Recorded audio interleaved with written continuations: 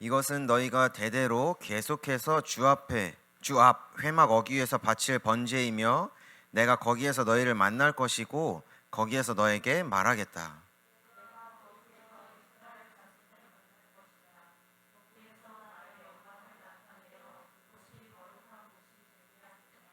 내가 회막과 제단을 거룩하게 하고 아론과 그의 아들들을 거룩하게 하여 나를 섬기는 제사장으로 삼겠다.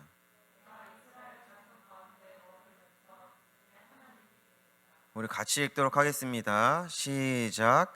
그리고 그들은 바로 내가 그들 가운데 머물려고 그들을 이집트 땅에서 이끌어낸 그들의 주 하나님임을 알게 될 것이다. 나는 그들의 주 하나님이다. 아멘. 오늘 같이 나누게 될 하나님의 말씀의 제목은 예배 안에 모든 것이 있습니다라는 제목입니다. 우리가 같이 봤던 하나님의 말씀의 본문은 29장 37절부터 38절부터 46절까지 말씀이죠. 우리가 저번 주에 서론에서 하나님의 사랑이 무엇인가 라는 것을 우리가 같이 봤었습니다. 그렇죠?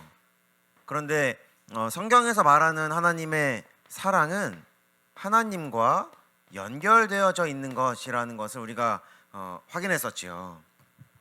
그러면 우리가 하나님과 무엇으로 연결이 되어 있을 수 있을까요? 우리가 하나님과 무엇으로 연결되어 있을 수 있을까요? 우리가 이제 앞으로 우리 렘넌트들이 또 이성을 만나서 만나기도 하고 또 결혼도 하고 할 텐데 그때 무엇으로 그 사람과의 사랑을 확인할 수 있을까요? 여러 가지 많이 확인할 수 있을 텐데 우리가 성경에서는 하나님이 예배를 통해서 하나님과 연결되어질 수 있다 이렇게 말씀하고 있습니다. 그래서 예배가 하나님과 우리를 연결하는 연결의 끈이 되어지고 하나님과 함께하게 되어지는 그 끈이 되어지는 것을 우리가 볼 수 있지요. 그래서 우리가 이 예배를 그래서 드리는 것입니다. 하나님과 함께하고 하나님과 연결될 수 있는 그 끈이 예배이기 때문에. 그래서 우리가 예배를 놓친다는 건 어떻게 되는 것입니까? 하나님과 함께하고 하나님과 연결되어지는 그 끈을 나는 놓치게 되어지는 거예요. 물론 하나님이 나를 계속해서 붙잡고 계시고 하나님이 나와 함께 하시고 하나님이 나와 연결되어져 있지만 내가 하나님이 함께 하시는 것을 내가 알지 못하게 되어지는 거예요. 나는 알지를 못하는 것입니다. 그래서 우리가 예배의 끈을 놓치지 말아야 되는 것이고 계속해서 우리가 예배 가운데 있어야 되는 것이죠. 그래서 우리가 저번 주에는 말씀에서 제사장 위임식에 대해서 말씀을 들었었습니다. 그렇죠? 그런데 그 제사장 위임식을 할 때 마지막에 우리가 결론에서 봤었는데 7일 동안 위임식을 동일하게 반복해야 되는 것을 말씀하셨죠. 근데 오늘 말씀을 통해서는 그럼 그 7일 동안 어떠한 제사를 드리고 언제 그 제사를 드려야 되는지 그걸 우리가 보게 되어집니다. 그리고 이 7일 동안 진행되어지는 제사를 통해서 하나님이 그 제사를 드리게 하신 이유가 무엇인지 그것을 통해서 하나님 이루시고자 하는 계획이 무엇인지 우리가 그것을 보게 되어지는 것이죠. 그래서 하나님이 왜 7일 동안 매일 번제를 드리게 하셨을까요? 이 제사장 위임식 끝난 이후에도 매일 이스라엘 백성들은 제사를 드렸습니다. 근데 그 제사를 왜 매일 드리게 하셨을까요? 왜 매일 드리게 하셨을까요? 왜? 예배가 도대체 무엇이기 때문에. 예배가 도대체 무엇일까요? 그런 질문을 하게 되겠죠. 우리가 왜 일주일에 한 번씩 이곳에 모여가지고 예배를 드려야 될까요? 우리가 왜 매일의 삶 가운데에 우리가 예배를 왜 드려야 된다고 얘기할까요? 우리 여기 교환에 보면 사진이 있는데 한 인물이 계시죠. 이분이 누군지 아는 사람 혹시 있나요? 이분이 누군지 아는 사람? 우리 역사를 혹시 좀 알면은 봤을 수도 있는데 누굴까요? 주기철 목사님입니다. 주기철 목사님. 네, 주기철 목사님인데 이 주기철 목사님 우리가 잘 알고 있죠. 일제 시대에 남들은 다 천황에게 절하고 그냥 그것이 하나의 국가 의례 중에 하나라고 생각해서 그냥 우상에게 절을 할 때에 이 주기철 목사님을 구심점으로 해서 다른 목사님들은 또 어떤 전사님들은 절하지 않았지요. 그리고 결국에는 순교하시게 되어집니다. 근데 이 주기철 목사님도 방황을 했었던 시기가 있어요. 한 5년 정도. 이 주기철 목사님의 부모님도 교회에서 중직자시기 때문에 어릴 때부터 복음을 듣고 말씀을 듣고 교회를 다녔던 인물입니다. 그러다가 한 5년 정도 5년 정도니까 한 10대 후반서부터 20대 초반까지 좀 방황을 하게 되어집니다. 삶의 목표가 뚜렷하지가 않았던 거예요. 삶의 이유가 없었던 것입니다. 그래서 열심히 공부도 하고 열심히 자기가 할 수 있는 걸 찾아보기도 했지만 이것이 무엇인지를 잘 모르다 보니까 결국은 방황하게 되십니다. 한 5년 정도. 그러다가 어느 날 23살에 어떤 한 목사님의 그 부흥 집회를 가게 됐던 거예요.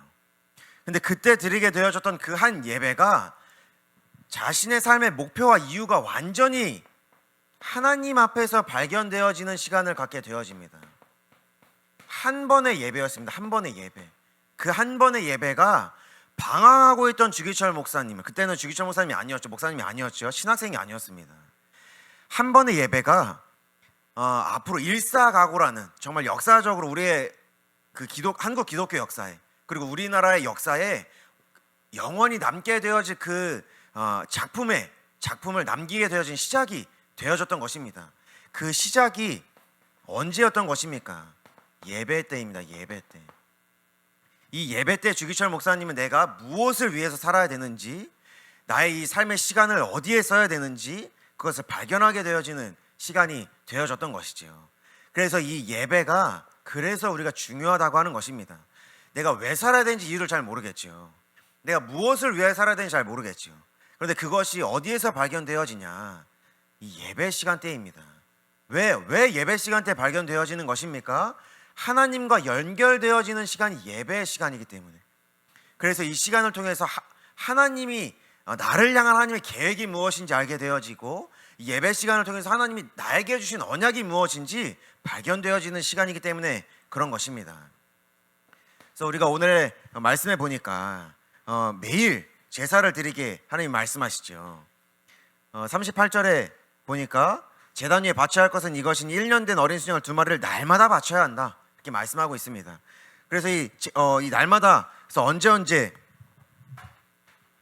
날마다 이 제사를 하는데, 제사를 드리는데 매일매일 언제 이 제사를 드리게 하십니까? 아침과 저녁에 제사를 드리게 하시죠. 이것이 무엇을 말씀하시냐? 시작과 끝이 그리스도 안에 있으면 하나님이 말씀하시는 것입니다. 하루의 시작도 하나님 안에서 시작되어졌던 것인데, 나의 삶도 하나님 안에서 시작되어졌다는 것을 하나님 말씀하고 계시는 것이죠. 그래서 시편 139편 16절의 말씀에 보니까 우리 교환에 적혀져 있지요. 나의 형질이 갖추어지기도 전부터, 이렇게 되어 있습니다. 형질, 나의 모양이 잡혀지기도 전부터. 우리 제가 이제 결혼을 하고 최근에 아이가 이제 생기게 되어졌는데, 진짜 처음에는 강낭콩 같이 생겨서 강낭콩인 줄 알았어, 초음파를 봤는데. 근데 이게 시간이 지나면서 점점 보니까 사람의 모양을 갖춰가고, 처음엔 좀 약간 찰흙같이 생기기도 했는데 점점 사람의 모양이 생겨져 가고 척추뼈가 생겨져 가고 막 그런 걸 보게 되어집니다. 그런 모양을 얘기하고 있는 것입니다. 내가 사람의 모양을 갖기도 전부터 하나님은 내가 누구신지를 아셨다는 것입니다. 나의 형질이 갖추어지기도 전부터 주께서는 나를 보고 계셨으며, 나에게 정하여진 날들이 아직 시작도 되기 전에 이미 주의 책에 다 기록되었습니다, 이렇게 말씀하고 있습니다. 하나님의 책에 나이가 어떠한 방향으로 살아가게 되어질지, 나의 삶이 어떻게 되어질지 다 적혀져 있다는 말입니다.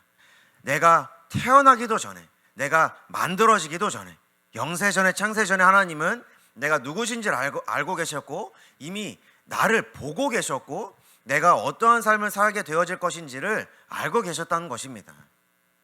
그래서 나의 삶의 시작이, 또 나의 삶의 끝이 어디인지 하나님은 다 알고 계시다는 것이죠.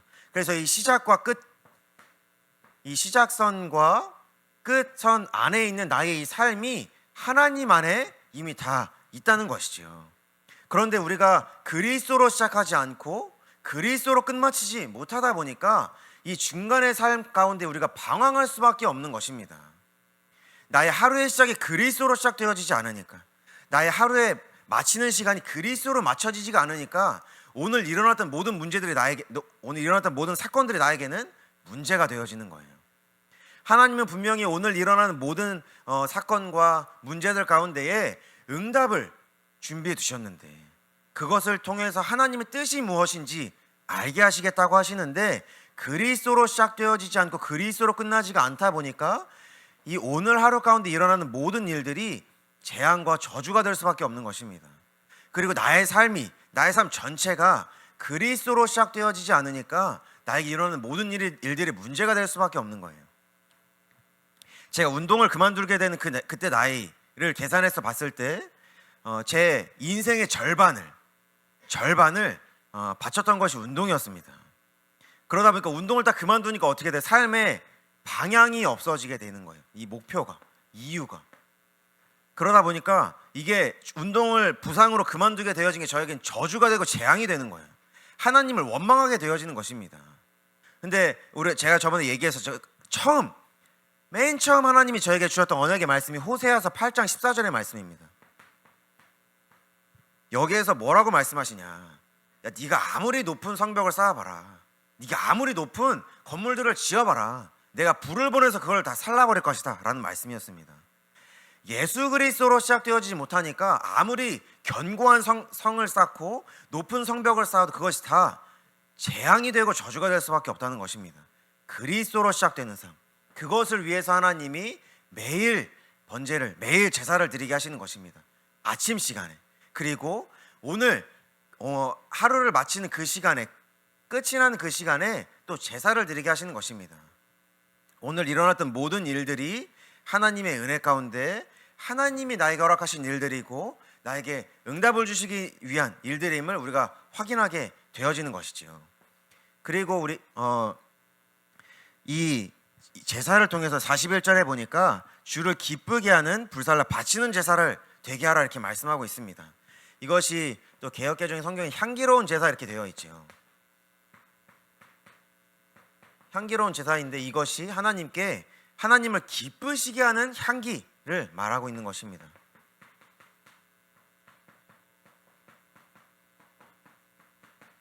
우리가 무엇으로 하나님을 기쁘시게 할 수 있겠습니까? 그렇죠?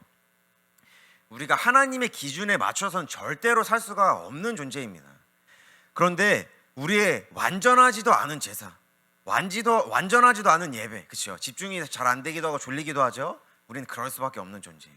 그런데 이 시간에 드려지는 예배가 이 시간에 드려진 예배가 하나님을 기쁘시게 하는 향기로운 제사가 된다는 것입니다.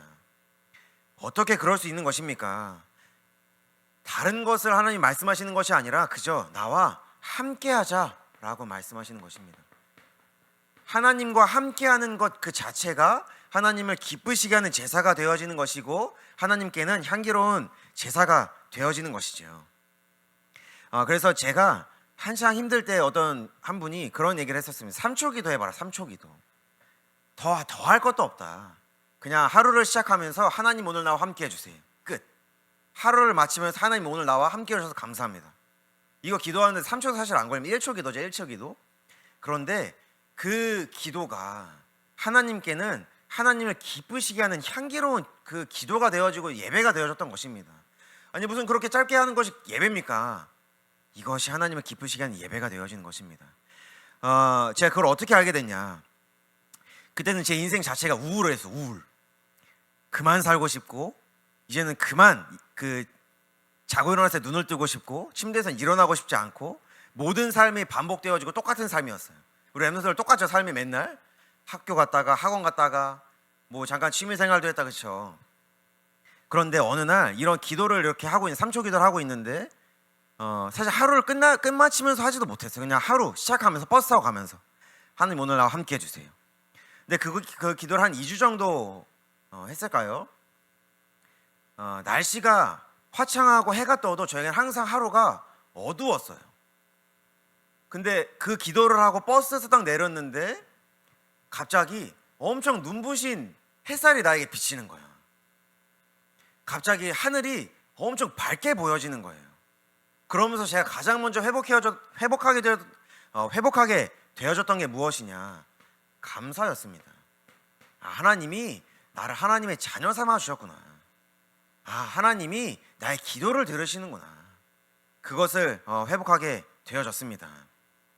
그래서 하나님이 이 예배를 항상 하나님께 드리라고 말씀하시는 것이죠. 나의 삶을 통해서 또 주일의 예배를 통해서 항상 예배를 드리게 하시는 것입니다. 왜 그렇습니까? 우리가 42절의 말씀에 보니까 이것은 너희가 대대로 계속해서 영원히 라는 말입니다. 계속해서 주 앞 회막 어귀에서 바칠 번제이며 내가 거기에서 너희를 만날 것이고 거기에서 너에게 말하겠다. 하나님이 이렇게 말씀하시죠. 내가 그곳에서 만나겠다. 또 내가 그곳에서 너희들에게 말씀을 주겠다라고 얘기하시죠.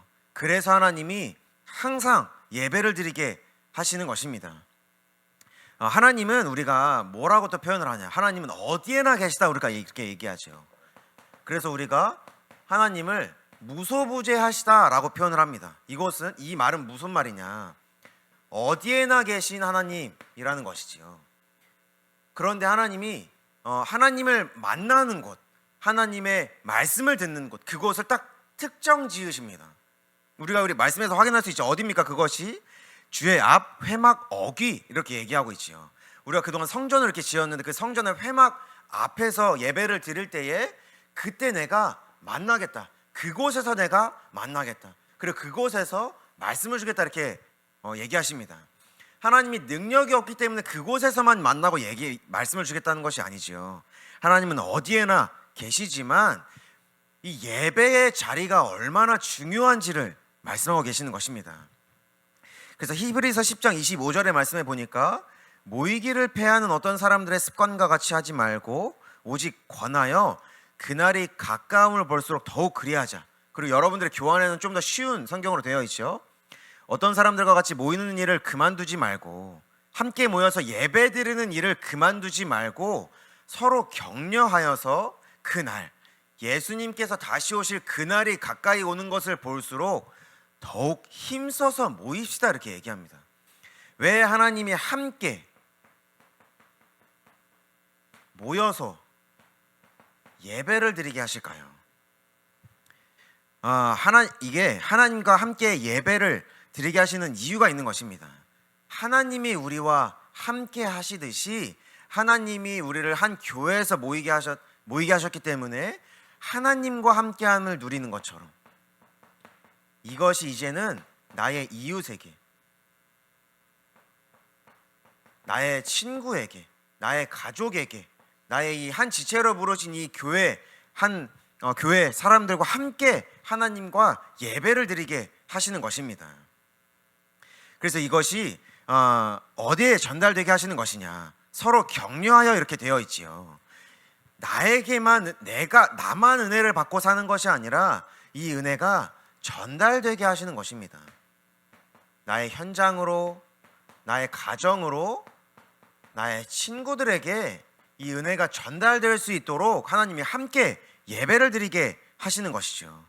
그래서 이 예배가 나만 은혜를 받고 나만 살아가는 은혜가 아니라 나와 함께하게 하신 이웃에게, 나의 가정에게, 나의 친구들에게 이 복음이 전달될 수 있도록 함께 모여서 하나님이 말씀하시는 그곳에서 하나님을 만나고 하나님이 역사하시는 그곳에서 말씀을 함께 들으라는 것입니다. 그래서 우리가 말씀해 보니까 대대로 또 영원히 그 말씀을 이 예배를 지키라고 말씀하시죠. 이것이 나를 통해서 다른 사람들에게 말씀이 전달되어져야 되기 때문에 그렇습니다.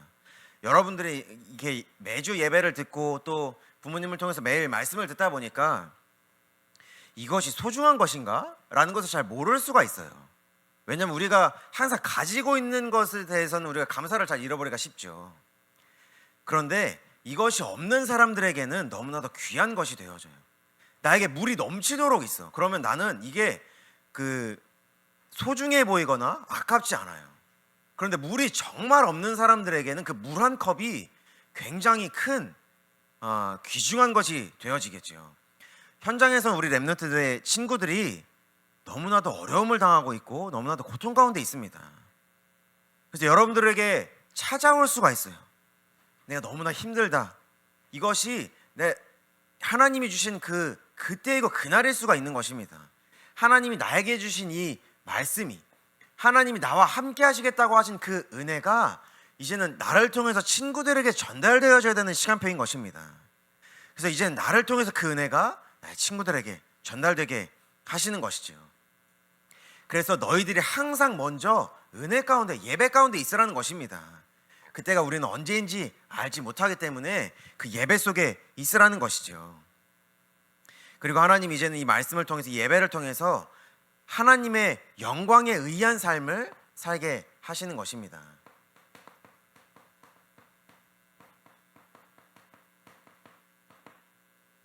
그래서 우리가 이사야서 60장 1절에서 2절의 말씀에도 보면 하나님의 영광의 빛이 임하였으니 일어나라, 이렇게 하나님이 말씀하시죠. 그런데 그럼 우리가 이 하나님의 영광을 어떻게 이해를 하면 될까요? 이 영광이라는 것이 도대체 무엇일까요? 우리 렘넌트들이 연예인 좋아하죠. 요즘은 뭐 정예인이 또 조금 다시 뜨는 것 같은데, 어때요? 우리 많은 사람들이 연예인을 실제로 보고 자기가 좋아하는 연예인을 실제로 봤을 때, 아주 정예인 얘기만 하면 웃는 사람이 있어 아주 그냥. 근데 정예인을 실제로 봤다고 생각을 해봐. 실제로 보면 어때요? 몇몇 사람들은 그런 얘기를 해요. 후광이 비친다. 그 사람에게서 빛이 나온다. 우리가 그것을 비교할 수는 없지만 쉽게 이야기하면 그것이 영광이라는 것입니다. 그것이 하나님으로부터 나오는 그 빛이 하나님의 영광인 것입니다. 그런데 그 사람들을 통해서 비춰지는 그 후광이 우리를 살릴 수 있을까요? 없을까요? 없죠. 우리에게 영향을 줄 수 있을까요? 없을까요? 없습니다. 우리의 삶을 영화롭게 만들 수 있을까요? 없지요. 그런데 그래서 우리가 사람의 것과 비교하지 말라는 것입니다. 하나님의 영광은 나를 살리는 영광이 되어지는 것이지요. 그래서 하나님이 말씀하시는 것입니다. 이것이 우리의 삶을 거룩하게 하신다고 말씀하시는 것이지요. 이것을 우리가 거룩이라고 표현을 하는 것이고, 우리가 저번 주에도 봤듯이 구별이라고 표현을 하게 되어지는 것입니다. 하나님의 영광과 하나님의 빛을 받게 된 우리는 거룩한 자가 거룩하다 하나님이 말씀해 주시고 우리를 세상과 이제 구별된 자로 부르신 것입니다. 그래서 여러분들이 또 우리가 나의 미래를 결정할 때에, 내가 앞으로 갈 그 길을 결정하고 장래의 일들에 대해서 우리가 결정을 할 때 우리가 무엇을 가지고 어떻게 그것을 찾을 수 있겠습니까? 세상에선 얘기하죠. 재능을 따라가라. 그리고 네가 관심 있는 것을 한번 해봐라. 그리고 세상은 이렇다. 세상의 흐름을 따라가는 것이 맞다, 이렇게 얘기하죠. 그런데 우리가 그 중에서 렘넌트 한 명을 볼 수가 있겠습니다. 다윗이 있었지요. 다윗의 직업이 뭐였죠? 다윗의 직업이 무엇이었을까? 왕이 되기 전에 양치기였습니다. 양치기로서 다윗이 가지고 있었던 재능이 뭐였죠? 돌팔매질이었죠. 다윗의 직업은 양치기였고 재능은 돌팔매질이었습니다. 근데 그거는 그 시대에 누구나 가지고 있었던 직업이었고 누구나 가지고 있었던 재능이에요. 그런데 그것이 하나님의 영광의 빛이 비춰질 때 그것이 거룩하게 되어지고 구별되어져서 하나님 앞에 쓰임받는 직업이 되어지고 재능이 되어지는 것입니다. 근데 우리가 반대로 재능이 없고 관심이 없고 세상의 흐름과는 맞지 않아도 하나님의 영광이 임하게 되어지면 어떻게 되어집니까? 전혀 세상과는 경쟁하지 않게 되어지는 것이지요. 그래서 우리가 세상과는 경쟁하지 않는 자라고 표현을 하는 것입니다. 그래서 나는 절대 불가능하지만 하나님은 절대 가능하다고 말씀하는 것입니다. 내가 아무리 내 재능을 따라가고 내가 관심 있는 것을 따라가고 세상의 흐름을 따라가도 나의 능력으로는 이룰 수가 없는 것이라는 거예요. 그런데 하나님의 계획을 가지고 하나님이 역사하신 그것을 우리가 따라가게 되어지면 전혀 다르게 되어진다는 것이지요. 그래서 무엇을 통해서만 가능한 것입니까? 하나님의 영광을 통해서만 가능한 것입니다. 그럼 우리가 이 영광을 어떻게 누릴 수 있는 것입니까? 라고 얘기할 때 예배를 통해서 가능하다고 얘기하게 되어지는 것이지요. 그래서 내 안에서 나의 삶의 상황을 봤을 때에, 또 나의 환경을 봤을 때에, 또 나 자신을 봤을 때 도대체 삶의 목표가 무엇이고 이유가 무엇인지 우리는 아무리 찾아도 찾을 수가 없습니다. 우린 이것을 하나님 안에서만, 예배 안에서만 발견할 수가 있는 것이지요. 그래서 결론입니다. 하나님이 이스라엘 백성들을 구원하신 이유가 무엇인지 예배를 통해서 알게 하시겠다고 말씀하십니다. 45절과 46절의 말씀에 보니까 내가 이스라엘 자손 가운데 머물면서 그들의 하나님이 되겠다. 그리고 그들은 바로 내가 그들 가운데 머물려고 그들을 이집트 땅에서 이끌어낸 그들의 주 하나님임을 알게 될 거다. 이렇게 말씀하시죠. 그래서 하나님이 그들의 하나님이 되겠다 이렇게 말씀하십니다. 나의 하나님이 되어주시겠다고 말씀하시는 것이죠. 그래서 로마서 1장 1절에 보니까 하나님의 복음이라고 얘기했던 바울이 로마서 16장 25절 마지막에 말씀해 보니까 이것이 나의 복음으로 바뀌어지게 되는 시간을 갖게 되어집니다. 우리 여러분들이 지금은 부모님을 따라서 그냥 와야 되니까 이거 교회에 왔을 수 있겠지요. 그래서 지금은 부모님의 하나님일 가능성이 아주 클 겁니다. 그런데 이 부모님의 하나님이었던 분이, 그리고 엄마의 하나님이었던 분이 이제는 나의 하나님이 되어지는 것이지요. 그리고 오늘 우리가 듣는 이 말씀들이 나의 말씀으로 되어지는 것입니다. 그리고 아까 우리 예빈이가 기도했었죠. 기도할 때 언약을 발견하는 시간이 되게 해달라. 나의 언약이 되어지는 시간으로 하나님이 갖게 하시겠다는 것입니다. 이것을 위해서 내가 너희들과 함께 하겠고 이것을 위해서 내가 너희들을 찾아왔다고 말씀하시는 것이지요. 그리고 이것을 통해서 내가 너희들과 함께 하겠다고 말씀하시는 것입니다. 내가 너희들의 하나님이 되기 위하여, 나의 하나님이 되기 위하여, 그리고 전달되어진 이 말씀이 나의 말씀이 되기 위하여, 그리고 이 말씀이 나의 삶을 이끌어가는 언약이 되게 하기 위하여 내가 너희들과 함께 하겠다고 말씀하시는 것입니다. 그리고 이것을 어떻게 누리게 하겠다고 말씀하시는 것이냐? 예배를 통해서 누리겠다고 하시는 것입니다. 예배를 우리가 아까 봤었죠. 예배가 끊어지게 되어지면 하나님과 연결이 끊어지게 되어지는 것입니다. 하나님이 나와 함께 하시는 것이 보이지 않게 되어지고 하나님의 말씀이 나의 삶을 이끌어가는 것이 보이지가 않게 되어지는 것입니다. 그래서 우리가 예배 안에 모든 것이 있다고 말하는 것이죠.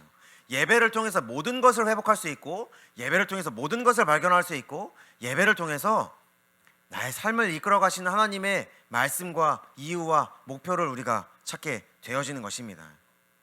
그래서 이번 한 주 동안 우리의 삶을 통해서 하나님을 예배하고, 또 우리가 다음 주에 또 예배의 자리에 나오기 전까지 정말 하나님이 예배를 통하여 나의 삶을 이끌어 가시는 것에 증인이 되어지는 우리 렘넌트들 되시길, 또 하나님의 자녀 되시길 기도하겠습니다. 제가 기도하고 마치도록 하겠습니다. 하나님 감사합니다. 정말 우리로 예수가 그리스도라는 것을 알게 하사 이 자리에 함께 모여 하나님을 예배하게 하시며 참으로 감사를 드립니다. 정말 예배를 통하여 하나님이 나의 하나님임을 발견하게 하시고, 하나님이 주신 이 말씀이 나의 말씀이 되게 하시고, 하나님이 주신 이 말씀이 나의 삶을 이끌어가는 나의 언약이 되어지는 시간이 될 수 있도록 은혜를 내려 주옵소서. 감사합니다. 우리 주 예수 그리스도의 이름으로 기도드렸습니다.